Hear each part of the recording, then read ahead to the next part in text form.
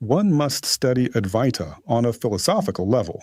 But Advaita itself is not a philosophy. It is a practice. Therefore, having studied Advaita on a philosophical level, having trained Kriya-Jnana, intellectual reflection, we must go further into direct non-conceptual Advaita. But overall, we must study the texts in an academic style, strictly relying on logic, on authoritative texts, on concepts, and on logical schemes. But you can only realize Advaita when you move beyond concepts, when you understand that space of Brahman, because we are identical with Shiva in view, but in the relative, we are far from identical. But there is, like, this inconceivable play of both identity and difference, achintya bheda abheda tattva. This must be taken seriously. Don't think that, well, I'm so advanced, I don't need philosophy at all. I'll just fly like a rocket into samadhi. That's it. Om Gam Ganapataye Namaha. Om Shri Saraswati Namaha. Om Shri Gurubhyo Namaha. Om.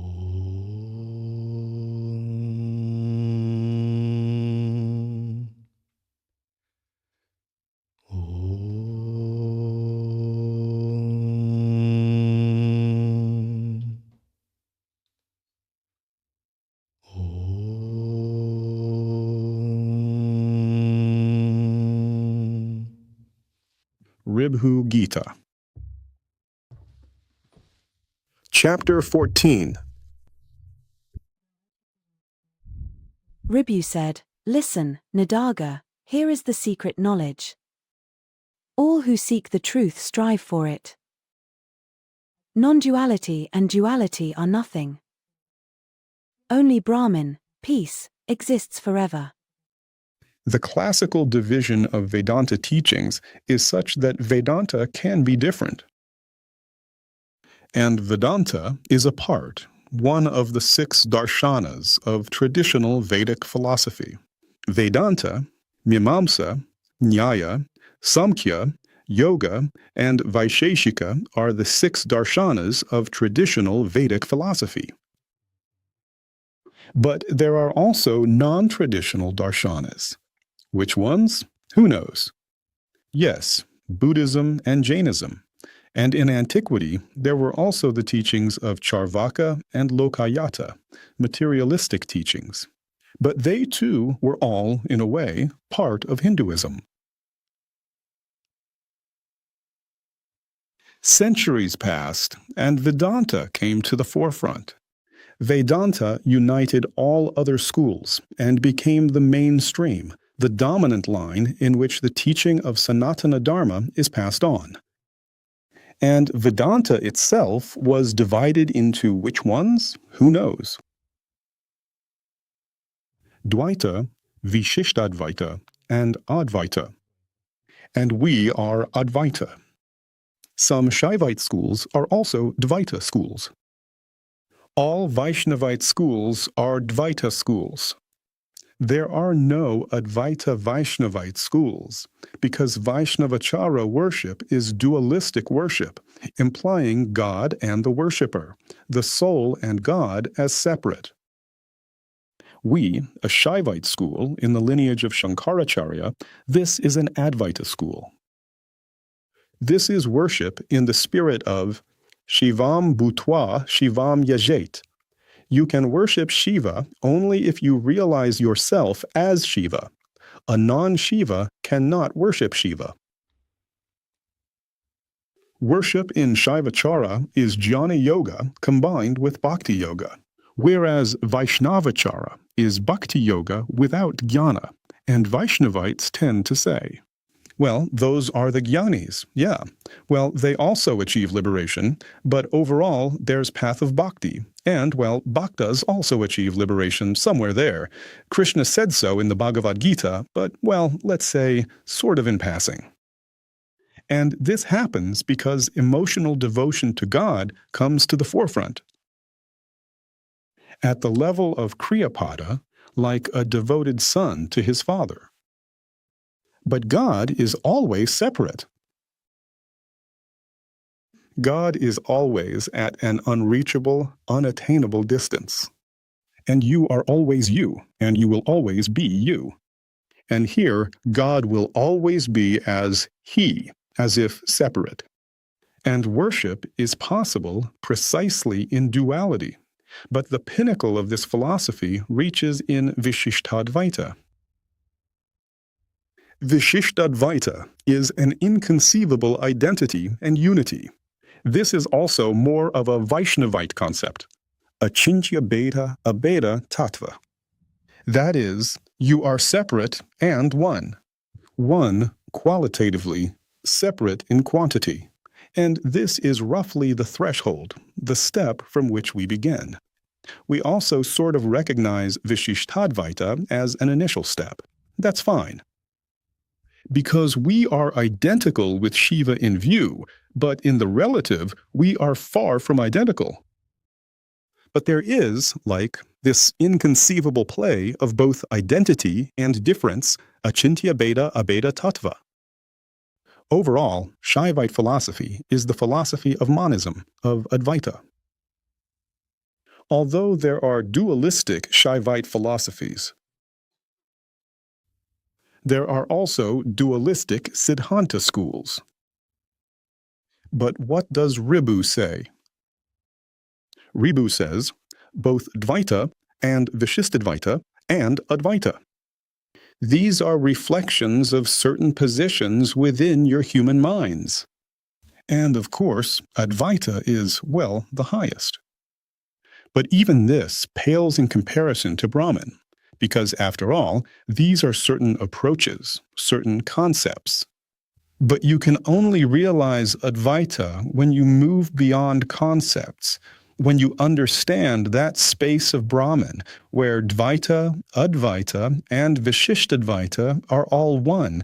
They are unreal. But this is only possible through the realization of pratyaksha, direct vision through samadhi. Only I am, this is Brahman the Supreme. Only I am, beyond everything. Non-duality and duality are nothing. There is only Brahman great peace. One must study Advaita on a philosophical level. But Advaita itself is not a philosophy, it is a practice. Therefore, having studied Advaita on a philosophical level, having trained Kriya-Jnana, intellectual reflection, we must go further into direct non-conceptual Advaita. But studying texts is necessary. Studying philosophy is necessary, because we must give our mind the right direction. If we think that non-conceptual awareness is all that matters, that Advaita and Dvaita are nothing, and we don't train our mind, then we won't be able to realize Advaita on an even higher level. And studying texts, studying philosophy, is intended to prepare us, to create adhikara, our readiness, the ability to think correctly. If we don't know how to think correctly, what are the guarantees that we will learn to meditate correctly? After all, thinking is much easier. And so, learning to think in a disciplined, correct, clear way, even strictly in an academic sense, all philosophically, this is very important. This is a guarantee that our mind is sufficiently refined. We have Viveka, we are adhikari, the one obtained qualities, for the realization of Advaita through experience. That is why we study philosophy, study texts, and learn to think correctly.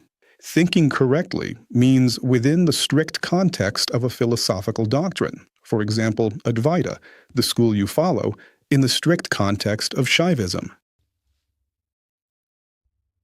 A strict philosophical context means that we rely on authoritative sacred texts.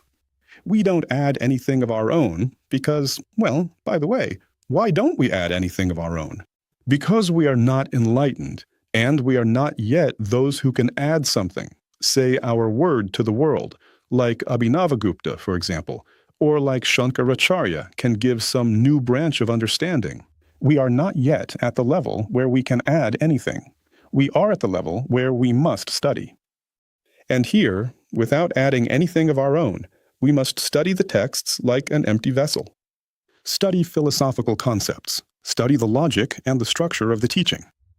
And adding your own ideas here would be a bad thing. If you start adding things, well, they'll say you're some kind of speculator, a person with no authority, that you don't rely on the basic texts at all, that you're making things up, and you'll get a reputation as a fabricator. Yes, because in order to add something of your own, you have to earn the right to add it. And what is that right? It is realization. It is samadhi, confirmed in the lineage, so to speak, earned over many years. It's like when you become, relatively speaking, in the Academy of Sciences, an academician in quantum physics. You can create paradigms, write monographs, and that will be respected. But in your first year, it's still inappropriate to do that, or even in your second, or even at the stage of your fifth year. But when you achieve samadhi realization, then undoubtedly your treatises, your books, your lectures will be recognized and will be successful with future generations of monks and lay people, and will become classics of world literature in the Advaita Vedanta tradition. And if not literature, then upadeshas, secret instructions, dohas, written in the twilight language. Well, in general, they can also benefit living beings, but on the condition that a good level of Advaita Vedanta is achieved. And you will make your contribution to the education of future generations of monks, karma sannyasis, for the benefit of all living beings through your realization in treatises, instructions, teachings, upadeshas, dohas, spontaneous songs of realization. Well, in general, something like that. But overall, we must study the texts in an academic style, strictly relying on logic, on authoritative texts, on concepts, and on logical schemes. And our mind must learn discipline, precision, clarity, and rigor. That is, if we say Brahman or Maya, then we must give specific formulations as they are accepted in Advaita Vedanta. If we say Shiva Tattva or Shakti Tattva, we must also give clear, specific concepts and formulations based on the texts, and preferably quote them. And I'm saying this especially in anticipation of the upcoming debates and conferences. It's like an indicator of how well we are learning. Debates and conferences. They are just as athletes have competitions once a year, so do monks. And this kind of preliminary training, we're teaching ourselves to think correctly. And monks in various traditions, they spend their whole lives doing this. They're sharpening their minds to learn how to think correctly. When we can learn to think correctly, we can solve, at least, our own problems by knowing how to think correctly. Many problems, after all, they happen not because there's no samadhi, no mystical experience, right? That's already beyond the human. But human problems are often because we don't know how to think correctly in accordance with the teaching. They're solved at the level of the mind logically, if we know how to think correctly. For example, anger arose, dullness arose, tamas, obstacles arose, despondency arose. If we can think correctly, we know how to manage our attention, we give it the right direction, and overcome all these things. Simply through the right direction of thought, when we think correctly from the perspective of Advaita or from the perspective of Shaivism. And this kind of preparation, it should take a long time. In general, it takes a monk's entire life. A monk meditates his whole life, and a monk studies philosophy his whole life. This must be taken seriously. Don't think that, well, I'm so advanced, I don't need philosophy at all. I'll just fly like a rocket into samadhi. That's it. I'm intuitive. I'm sensitive to Shaktipat. By divine grace, the light will penetrate me, and that's it. Of course, if that's the case, then you're such a lucky one, chosen by Shiva, a fortunate person. But it's better, of course, to hope that you're a lucky one, chosen by Shiva. But, as they say, trust in God, trust in divine grace, but also try yourself. Train, study, develop your qualities, train your mind, continue to work on the relative level. And all this is called Kriya-Jnana, the training of the mind. This also includes dhyana, the training of the mind in dhyanas. And this kind of training, the right direction of the mind, the ability to think correctly, it prepares us for the true realization of the non-dual view that Ribhu and Nidagha speak of. I'm saying this so that we don't take lightly Nidagha's words. Dvaita, Advaita are nothing. Everything is Brahman.